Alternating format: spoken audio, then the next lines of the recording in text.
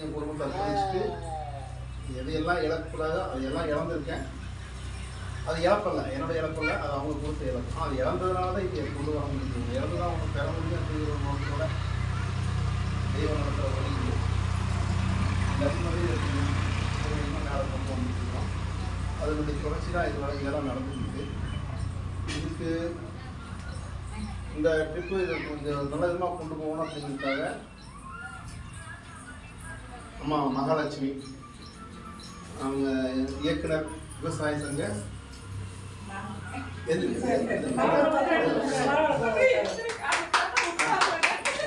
துணைத் தலைவராக இருக்காங்க. பிஜேபி கோவை மாவட்ட துணைத் தலைவராக இருக்காங்க. அது நான் மென்ஷன் பண்ணல, குரூப்பில் மென்ஷன் பண்ணல. அது வேண்டாம், எக்ஸ்ட்ரா கூட வேண்டாம். நம்ம தனிப்பட்ட படையில் பேசக்கூட சொல்லிக்கலாம்னு. அது இல்லாமல் விவசாய சங்கத்தில் மாநில போக்குவரத்து செயலாளர் இருக்கார். விவசாய சார்ந்த எல்லா பிரச்சனைகளையும் முன்னாடி பண்ணிட்டு இருக்காங்க. எந்த ஒரு எதிர்பார்ப்பும் பண்ணிட்டு இருக்காங்க. நம்ம கோயிலுக்கும் வந்தாங்க.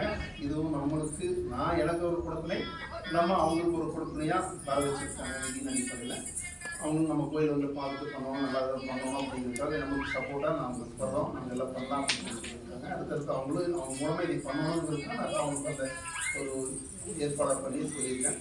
அவங்க தலைமையில் இப்போ பண்ணணுங்கிறத பண்ணிட்டு இருக்கோம். ரொம்ப சந்தோஷம். அவங்க வருகைக்கு ரொம்ப நன்றி. அடுத்து இன்னொரு முக்கியமான ஒருத்தர் ஐயா மூர்த்தி. அவங்க ஐயா அவங்க மலேசியாவிலேருந்து வந்திருக்காங்க. ரீசனாக தான் வந்திருக்காங்க. 15 வருஷங்க வேலையில் இருந்துட்டு இப்போ முடிச்சுட்டு இங்கே வந்திருக்காங்க. அவங்க வந்து ஒரு மிகப்பெரிய ஒரு அஸ்ட்ராலஜி, அதாவது ஜோசியம் நம்ம சாதாரணமாக சொல்லுவோம். ஆனால் ஜோசியம்னா கூட அவருக்கு கொஞ்சம் வித்தியாசமான ஜோசியம். சரிங்களா? அவர் வந்து இங்கே பிரச்சனை நடந்துட்டு இருக்கும்போது, பிரச்சனை நடந்துட்டு இருக்கும்போது கரெக்டாக அவங்க வந்தாங்க. வந்து பார்த்துட்டு இங்கே நடக்கிற விஷயங்கள் அடுத்து என்ன நடக்கும், எப்படி நடக்குங்கிற ஒரு ஆலோசனைகள்லாம் தெளிவான ஒரு ஆலோசனைகளை கொடுத்து அடுத்தடுத்து அவரோட ஆலோசனைகள் கொஞ்சம் நல்ல விதமாக போயிட்டுருக்கு. எல்லாமே நல்லா தான் நடக்குது. அதனால் அவர் இந்த இதில் வந்து அவரும் இந்த ஐடியா கொடுத்து அவங்க மூலமாக தான் அவரும் வந்தார். அவங்க எல்லாம் சேர்ந்து இப்போ பண்ணலாம் அப்படிங்கிற ஒரு இதில் எங்களுக்கு நல்லா பண்ணலாம். சரிங்களா? அவர் மலேசியா வந்துருக்காரு. அப்புறம் அம்மா ராஜலட்சுமி அவங்களும் ஜோசியம் அவங்க சென்னையிலேருந்து வந்திருக்காங்க. அவங்க சன்னியாசி வாழ்க்கை தான் வாழ்ந்துட்டு இருக்காங்க. சரிங்களா? அவங்க கோயம்புத்தூரில் இதில் கணுவாயில் இருக்காங்க. சரிங்களா? அவங்க பையன் அவர் டாக்டர், அவர் உபேஷ் பாரதி. சரிங்களா? அவங்க டாக்டர். அதாவது அக்ரிகல்ச்சர் நீங்கள்லாம் சேர்ந்து இது பண்ணிட்டு மற்றபடி நீங்கள் அறிமுகப்படுத்துறது உங்களுக்குள்ளே நீங்கள் பண்ணிக்கலாம். ஏன்னா முக்கியமானவங்க எல்லாருமே நல்லா வெண்ணிலா இருக்காங்க. இவங்க ஒரு பிரச்சனையாக எப்போ ஆரம்பத்தில் வந்தாங்க. இப்போ அதுவும் தொடர்ச்சி அவங்க இங்கே எல்லா விஷயத்தையும் இன்னும் நம்மளுக்கு கூட கூட தகவல் எல்லாம் பண்ணி குடும்பம் முழுக்க கூட எல்லா இதுலேயும் கலந்து பண்ணிட்டு இருக்காங்க. அவங்க என்னுடைய துணையாக நாகரிக, அது என் பெரிய பொண்ணு கணிப்பிரியா. அவங்க இருக்கோம். அவங்க புதுசாக கூட வந்திருக்காங்க. போன வாரம் தான் வந்தாங்க. 2ஆம் வந்திருக்காங்க. நீங்களும் அவங்க கூட வந்திருக்கீங்க. பேர் தெரியல, கொஞ்சம் பேர் சொல்லுங்க. சரி, கோலம்பாடி இல்லையா? கோலம்பாடி அவங்க இங்கே தான் மேடூர் பக்கத்தில் தான். அவங்க எல்லாம் இப்போ இல்லை, ஆரம்பம் அவங்க சிறு வயசுலேருந்து இங்கே எல்லாமே அவங்க மிஸ்டர் வந்து ஆசிரியர் எங்கெல்லாம் எடுத்து வந்துக்கலாமே. அவங்க முதல் அவங்க தான் வந்தாங்க. அவங்க ஃபஸ்ட் டைம் வரும்போது ரொம்ப மன இரிட்டேட், அதாவது இரிட்டேட் சொல்லும்போது நெருக்கடியில் வந்தாங்க. அப்புறம் அது எல்லாம் சரியாகி இப்போ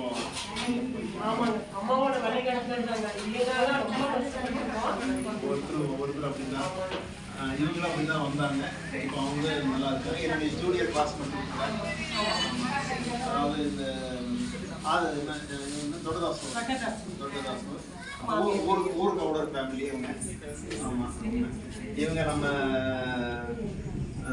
யுவராஜ் நம்ம கோயிலில் அவங்க முக்கியமான நிலையில் நம்ம கூட எல்லா நிலையிலையும் எனக்கு கூட சப்போர்ட். இந்த 7-8 வருஷமாக என் கூட முழு சப்போர்ட்டாக இருந்துச்சு. ஒவ்வொரு விஷயத்துக்கும் எனக்கு உறுதுணையாக இருந்து பக்கபலமாக நான் இருக்க தைரியமாக நான் என்ன பண்ணால் நான் அவங்க கூட இருப்பேன். கடைசி வரைக்கும் நிற்கிறது அவங்க. எத்தனையோ பேர் இருந்தாங்க, எல்லாருமே அவங்க சொல்லுவாங்க, போயிடுவாங்க. ஆனால் இப்போ வரைக்கும் எனக்கு ஒரு துணையாக, உற்ற தோழனா, ஒரு நண்பனா, அண்ணனா, தம்பியா, எல்லா வகையிலும் எனக்கு ஒரு பாசத்தை கொடுத்து எனக்கு துணையாக நிற்கிறது தம்பி ஒருத்தர். அது என் வாழ்க்கையில் எனக்கு கிடைச்ச ஒரு முக்கியம். இந்த அம்மாவுக்கு அவன் ஒரு நல்லா துணை, அவ்வளோதான். சரியா? இது அவங்க அவங்க வைஃபு, அவங்க சில பேர் ஒரு குழந்தை இருக்காங்க. இவங்க வந்து பசங்க இருக்காங்க. இவங்க தான் பானுமதி. இவங்களும் ஒரு நெருக்கடியில் வந்தாங்க, இவங்களும் ஒரு மோசமான நெருக்கடியில் வந்தாங்க. அதுவும் சரியாகி இப்போ அவங்க வழி நல்லா வளர்ச்சி போயிட்டு இருக்கு, நல்லா இருக்காங்க. அப்புறம் அவங்க வந்து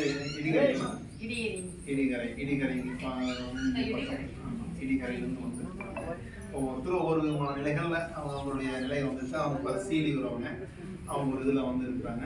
எல்லாரும் அவங்களோட நிலை வந்து எல்லா விதமாக நல்ல விதமாக நடந்துட்டு இருக்கு. மேற்கொண்டு இது தொடர்ச்சியாக எல்லாம் நடந்துலாம் இருக்கு. ஒரு இப்போ நிறையா வந்திருப்பாங்க. காலச்சூழல் கொஞ்சம் சரியில்லாமல் இருக்கு. ஏன்னா மழை காலம் லேட் ஆச்சுன்னா போக முடியாத ஒரு பயம். மழையை மட்டும் என்ன பண்ணுறோம், இந்த மாதிரி நேரத்தில் இருக்காங்க. அவங்க பரவாயில்ல, அது ஒன்றும் பிரச்சனை இல்லை. போக்குவரத்து பண்ணிக்கலாம் தெரியாது. அதனால் இந்த திருவிளக்கு பூஜையில் வந்து நம்ம சொல்றது மிக அருமையாக என்னுடைய பலன் கிடைக்கும், மிக அருமையாக கிடைக்கும் இந்த திருவிளக்கு பூஜை. அதுவும் இந்த இடத்துல இவங்க வந்து சாதாரணமான அம்மா இல்லை. அந்த அக்கா கூட்டு அந்த அக்காவுக்கு கை மாற்றம் பார்த்தவங்களுக்கு தெரியும்.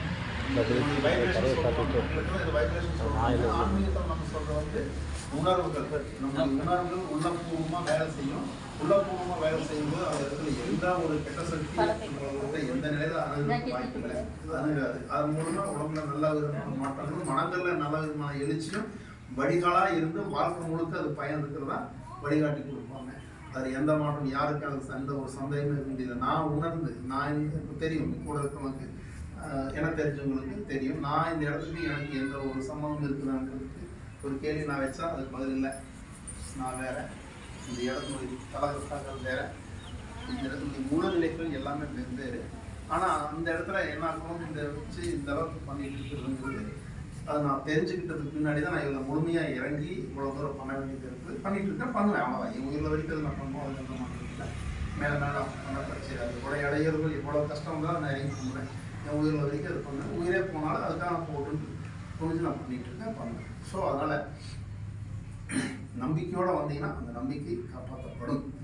தைரியமாக பண்ணலாம், இருக்கலாம். வழிபாடுகள் ரொம்ப முக்கியம். தெய்வ வழிபாடு உங்கள் மனசை ஒன்றி இந்த வழிபாடில் முழுமையாக நீங்கள் உங்களுடைய காரியத்தை நினச்சி தெய்வத்தை நினச்சி அந்த விளக்கை வந்து சரியாக நீங்கள் அந்த உச்சாரணத்தை நம்ம சொல்லக்கூடிய மந்திர உச்சாரணத்துக்கு சரியான ஒரு வழியில் நீங்கள் சரியாக வழிபாடை எடுத்தீங்கன்னா உங்களுடைய பிரச்சனைகள் எதுவான காலப்போட்டு எல்லாமே கரைஞ்சிடும். இந்த ஒளியில் எல்லாமே கரைஞ்சிடும். இது நிதர்சனமான சத்தியம், உண்மை. அதனால் உங்களுடைய வேண்டுதலை சிறப்பாக பண்ணுங்கள், நல்லதாக பண்ணுங்கள். எதிர்காலத்தில் உங்களுடைய குடும்பம் குழந்தை குட்டி உங்களுடைய முன்னோர்கள் சாபம் பின்னால் வரக்கூடிய பாவம் இதெல்லாமே கழியும். முன்னோர்கள் சாபமாக கழியும். பின்னால் வரக்கூடிய இந்த சந்ததிகள் வரக்கூடிய சாபம் பாவம் அதுவும் விளக்கும். அது மூலமாக எல்லாமே இப்போ கிடைக்கக்கூடிய நீங்கள் பண்ணக்கூடிய நம்மளுடைய மூச்சு எதை சொல்லுதோ அதுதான் அடுத்த பிறவிக்கு வழிபாடு. நம்ம மூச்சு இழுக்கிறோம், மூச்சு வெளியிடுறோம். இதுதான் நம்முடைய கர்மா. இந்த மூச்சு இழுக்கும் போது என்ன நினைப்போட இழுக்கணும், என்ன நினைப்போட வெளியிடணும், அது வந்து நமக்கு வழிகாட்டும். அதுதான் அடுத்த பிறவிக்கு வழிகாட்டும். அடுத்த பிறவி நம்ம தீர்மானிக்கிறது நாமளே தான். எது இந்த மூச்சு, இந்த மூச்சு உள்ள இருக்கும்போது வெளியிடும் போது எதை நோக்கி பயணிக்கிறோம் அதுதான் அடுத்த பிறவியாக வந்து திறக்கணும். அப்போ அடுத்த பிறவியில் நம்ம என்ன பண்ணாலும் இப்போ இந்த பிறந்திருக்கிறதுக்கு நம்ம போன ஜென்மத்தில் நம்மகிட்ட மூச்சு தான். அது ஆல்ரெடி நம்மளுக்கு புக் ஆயிடுச்சு. நாமளே வாங்கிட்டு வந்துட்டோம். இப்படித்தான் பிறக்கணும், இப்படித்தான் இருக்கணும், இப்படித்தான் பண்ணணும், இந்த மாதிரிலாம் நடக்கணும், வளர்க்கணும், இப்படித்தான் இருக்கணும். ஆல்ரெடி நம்ம வாங்கிட்டே வந்துட்டோம். இது நமக்கு தெரியாது, இப்போ தெரியாது. ஆனால் நாம் கேட்டு வாங்கி வந்த வரம் இது. ஒவ்வொன்றுமே எல்லாருமே அவங்க வந்து நாம் கேட்டு வாங்கி வந்த வரம். இந்த வரத்தை பிறகு தான் நம்ம வேலை செஞ்சுட்டு இருக்கோம். இது உலகம் ஒரு நாடகம் நடிக்க சொல்கிற மாதிரி. இது நாடகம் வேணால் நடிக்கிறது நம்ம கதாபாத்திரம் கொஞ்சம் அடுத்து கதாபாத்திரம் அடுத்து போகும். அதே மாதிரி தான். அதனால் நாம் விடக்கூடிய அந்த மூச்சு காற்று உண்மையாக இருக்கட்டும், சத்தியத்தோடு இருக்கட்டும், தர்மத்தோடு இருக்கட்டும், நியாயத்தோடு இருக்கட்டும், அதுக்கான வடிவம் நம்பிக்கையும் மனசுக்குள்ள நினைச்சாலே இந்த மூச்சு காற்று சரியாக வேலை செய்யும். சரியாக வேலை செய்யும்போது அடுத்த பிறவிக்கு நமக்கு நல்ல வழிகாட்டும். இதன் மூலமாக அடுத்த சந்ததிகளுக்கு நம்மளுக்கு நல்ல வழிகாட்டுவாங்க. அடுத்து வரக்கூடிய நம்ம குழந்தைகள், நம்ம அதுக்கு பின்னாடி பேரம் பேசி அதுக்கு பின்னாடி வரக்கூடிய எல்லாருக்குமே இதனுடைய பலன் போய் சேரும். அவங்க நல்லா இருக்கும். இன்னைக்கு நாம் கஷ்டப்பட்டு போனாலும் அவங்க நல்லா இருப்பாங்க. அதுக்கான ஒரு வழியை நம்ம செஞ்சுருக்கோம். சரிங்களா? ரொம்ப சந்தோஷம். நம்ம நீங்கள் உங்களோட கருத்தை சொல்லிடுங்க, டக்குன்னு முடிச்சுக்கோங்க. அதாவது இன்னைக்கு வளர்ந்து வரக்கூடிய காலகட்டத்துல நமக்கு சந்ததிகளுக்கு என்ன நடக்குதுன்னு தெரியறது இல்லை இல்லைங்களா? நம்ம ஒரு இந்துவா இருப்போம், சிலுக்குது, அதாவது இந்துவா இருப்போம், நம்மளோட கலாச்சாரங்கள் எல்லாமே பட்டு போயிட்டு இருக்கு. அப்ப அந்த மாதிரி நம்ம எல்லாம் போயிட்டு இருக்கக்கூடிய ஒரு சூழ்நிலையில நம்ம குழந்தைகளுக்கு நம்ம சொல்லி கொடுக்கணும். நம்ம வளர்ந்து வந்த விதங்கள், நம்மளோட மூதாதையர்கள் எப்படி இருந்தாங்க, அதோட கலாச்சாரம் என்ன அப்படின்னு நம்ம சொல்லி கொடுத்தாதான் நம்ம குழந்தைகளுக்கும் தெரியும். அப்பதான் வந்து இப்ப சகாதாரத்தை ஒழிப்பு அது சொல்லக்கூடாது இருந்தாலும், ஏன்னா நம்ம இதுக்கு வரப்ப நம்மளுக்கு அந்த உணர்வு வருது இல்லைங்களா? நம்ம என்னதான் இருந்தாலும் நம்ம காலம் இருக்கிறப்ப நம்ம என்னதான் இருந்தாலும் சொல்லுவோம் இல்லைங்களா? அந்த மாதிரி நம்ம சந்ததிகளுக்கு நம்மளோட கட்டுப்பாடுகளை, நம்மளோட ஒரு கோட்பாடுகள், நம்மளோட வழிபட்டு வந்த வழிமுறைகள் எல்லாத்தையுமே நம்ம குழந்தைகளுக்கும் நம்ம எடுத்துட்டு போய் கொடுக்கணும் அப்படிங்கிறது என்னோட வேண்டுகோளுங்க. ஏன்னா நம்ம என்னதான் படிச்சு நம்ம எங்க வெளியூர், அண்ணா சொன்ன மாதிரி வெளியூர் போய் மலேசியாவுக்கு போயிட்டாலும் கூட திரும்ப இங்கதான் வரணும் இல்லைங்களா? தாய் வீடு, அதாவது நம்ம எவ்வளவு தூரம் வளர்ந்தாலும் கீழே வந்துதான் ஆகணும். அதனால நம்மளோட கலாச்சாரங்களை வந்து நம்ம எப்பவுமே கொண்டு போகணும் அப்படிங்கிறது என்னோட ஆசை. நீங்க எல்லாருமே கொண்டு போய் சேர்க்கணும். உங்க வாழ்க்கையில எல்லா சகல விதமான நல்ல ஒரு விஷயங்கள் நடக்கணும். உடல் ஆரோக்கியம், செல்வம், செழிப்பு எல்லாத்தையுமே 16 செல்வங்களும் எல்லாத்துக்கும் நிறைஞ்சு நல்ல வாழ்க்கையில் அமையணும் அப்படின்னு சொல்லிட்டு அம்மா முன்னாடி நான் கேட்டுக்கிறேன். எல்லாத்துக்கும் நன்றிங்க. ரொம்ப நன்றி.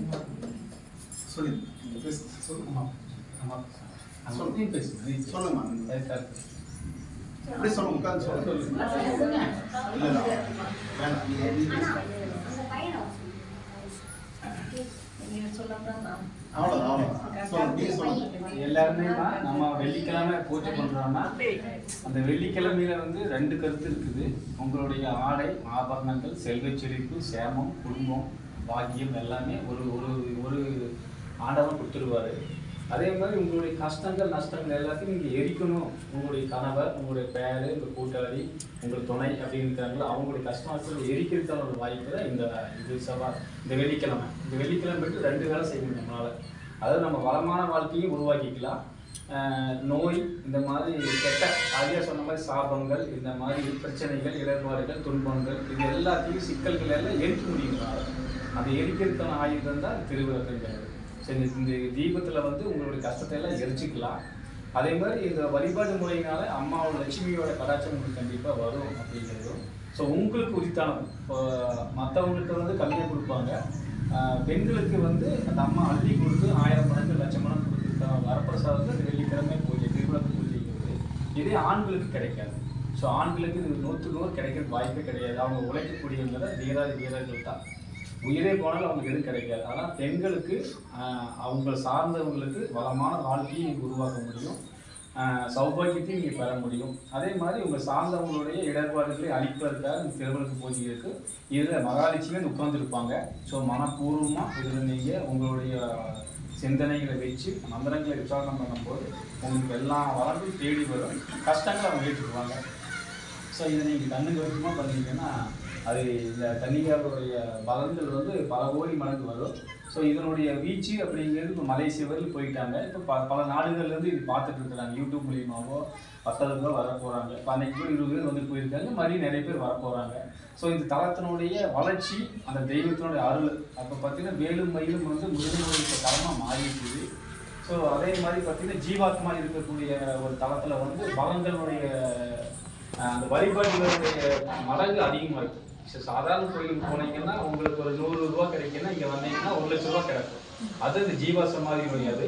அப்போ உங்களுடைய மனசு, உங்களுடைய பண்பாடு, அந்த அர்ப்பணிப்பு, இது எல்லாம் ஒரு குவியமாக வச்சிங்கன்னா உங்களுடைய வாழ்க்கையில் மிகப்பெரிய வெற்றி கிடைக்கும். குடும்பம் சார்ந்தது எல்லாமே ஒரு நல்ல விதமாக பெருக்கி கொடுப்பாங்க அப்படிங்கிறதா. ஸோ நீங்கள் எல்லாரும் இதில் இன்புற்று வாழ என் வாழ்த்துக்கள்.